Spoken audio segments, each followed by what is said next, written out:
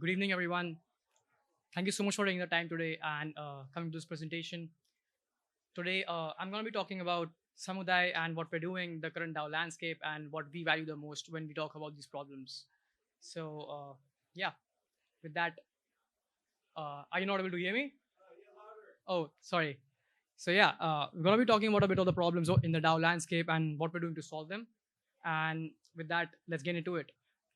So, first of all, a quick intro about myself. I'm Kushagra. I have been building in the blockchain space since like 2019.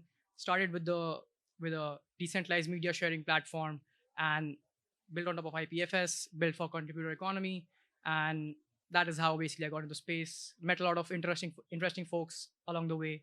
One of them being James from Collabland, who guided me and recommended that I join Gitcoin kernel, and that is actually where I got introduced to DAOs. So Samudai actually is a Hindi word. It means a community, and DAOs are essentially communities, and that is what we're building. So it kind of lines up over there. And the main question I want to pose over here is: are we even looking to solve the right problems in DAOs? So this is not going to be like a very developer-focused presentation, but we're just going to be talking about the landscape and some solutions that we're building. So yeah, going through the agenda, how it started, what's going to be happening, and what's the problem landscape, what are we building to solve this, and what does the collective goal look like in order to drive DAOs to mainstream adoption and so that they become the preferred organizational structure of the future. So yeah, let's get into it. How it started, where did DAOs come from? The term DAOs or decentralized autonomous organization was first coined by Werner Dilger back in 1997, right? So we didn't have public blockchains back then, but he referred to it as a intelligent home system where he compared it with a human immune system as a system which identifies, defines its responsibilities, and coordinates with other regions to fulfill the system that it was designed for.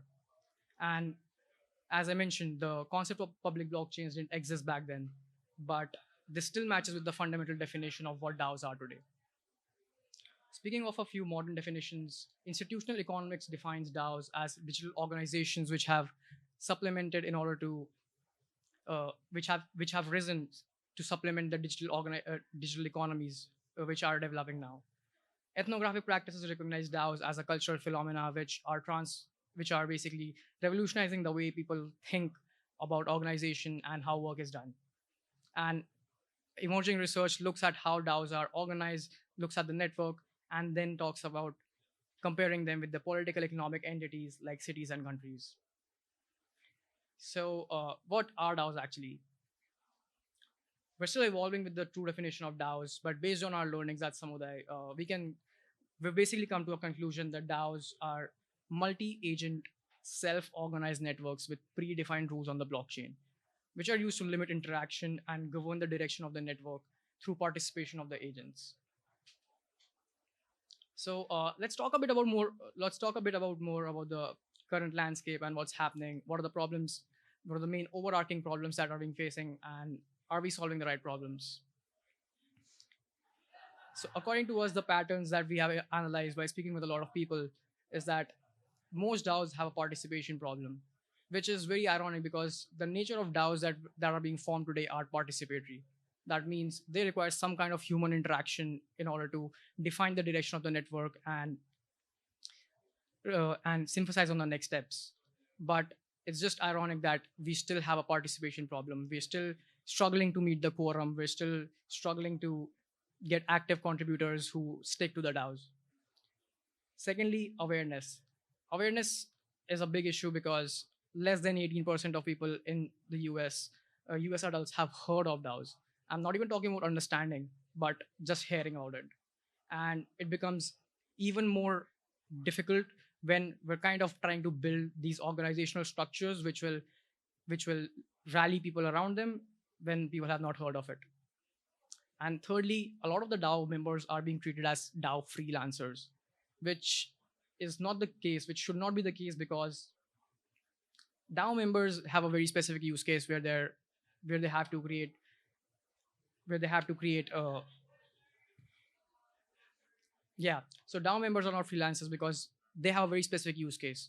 They are basically supposed to create active participation in the community, drive the network's growth, and look at the next steps. Whereas freelancers are someone that DAOs just engage with in order to suffice a particular very precise scope for a short period of time. So this this brings us to thinking that, is this because DAOs are like non-hierarchical? Is this because they are leaderless? But in the recent years, in the recent times, we have seen the working pods structure coming up, highly autonomous working pods, which give everyone the opportunity to step up and execute things in their own way. So that means it makes a great team because now you have multiple people who can step up and execute things in their own way.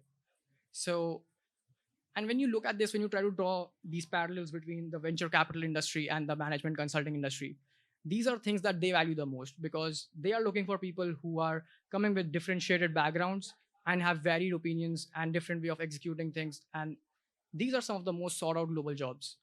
So when DAOs already have this by design, because of their distributed nature, why is it that DAOs are not able to, be attractive enough for bring this influx of Web2 talent into Web3? And in order to understand more about this, let's dive deeper into the problems that are existing. Let's try to break these down and talk about them in more detail. So most of the problems now can be broken down into three main brackets, which are members, projects, and DAO level problems. Now, all of these problems are very specific in nature. They have very specific requirements, but still most of them are very important.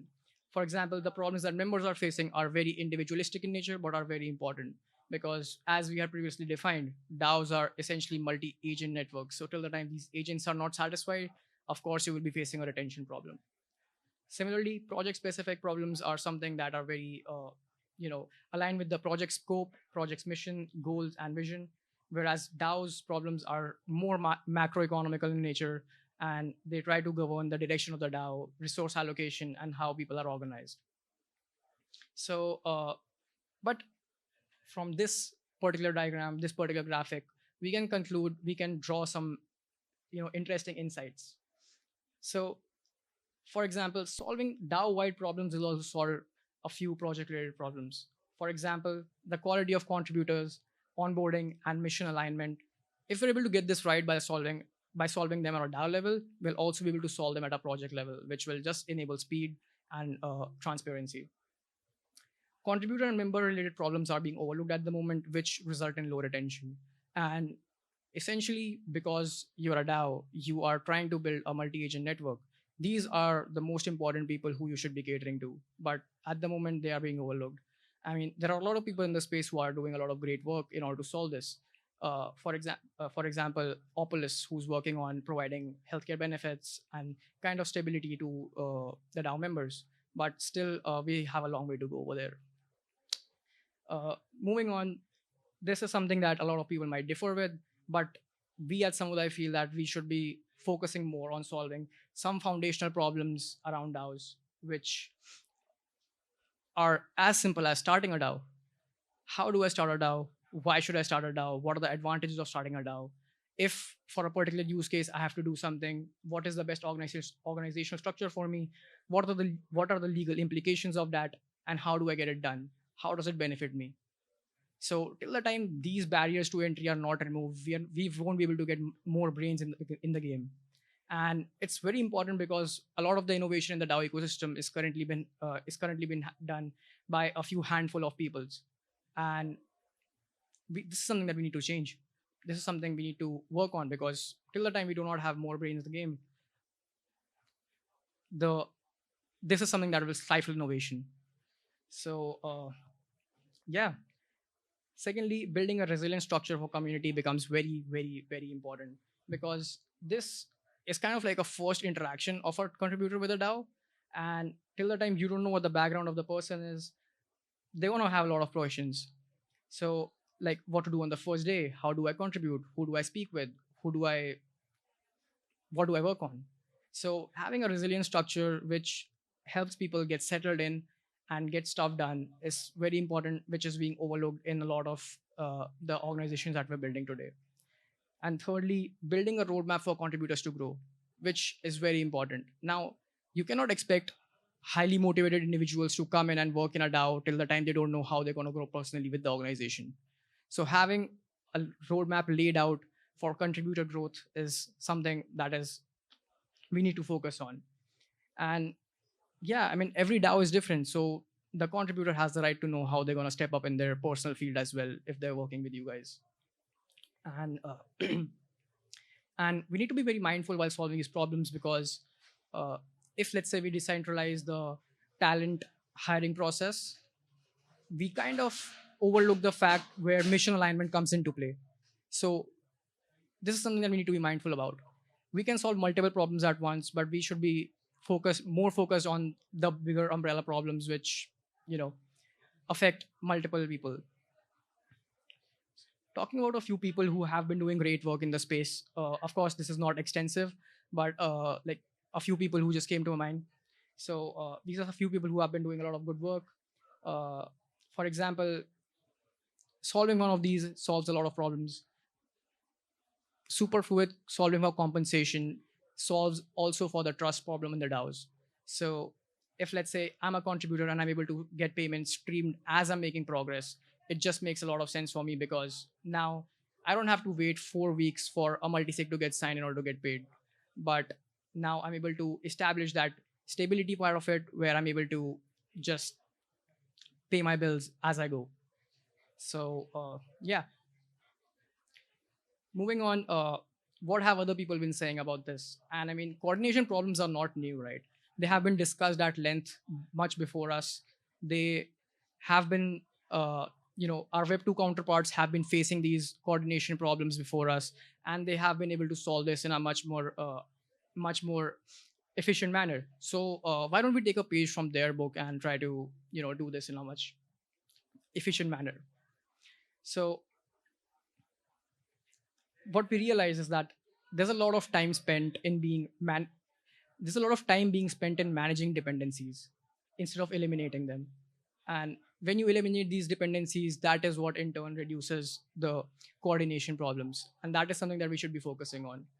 And according to the Web2 counterparts, building trust is the will give way to speed. So yeah, and I mean, pods and highly autonomous working groups have been a great addition to this because they have enabled people to work in smaller groups in a much more speedy manner without any external, influence or effect.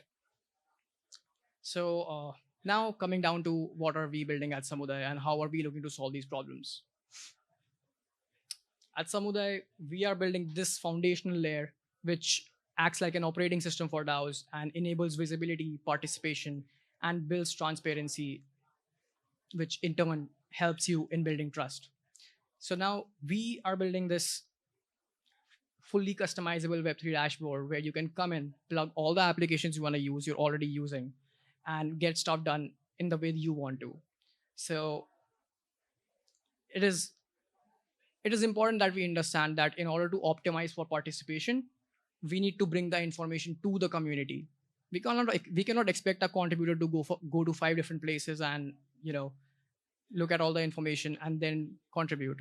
Only highly motivated individuals would do that, and that is not how you would be able to you know enable much more participation.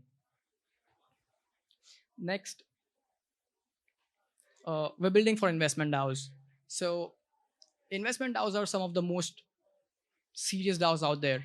They have been constantly innovating. For example, Kaufman Fellows, the globally renowned Kaufman Fellows, recently built VC3 DAO, and and we have already seen Orange DAO working with the YC alumni.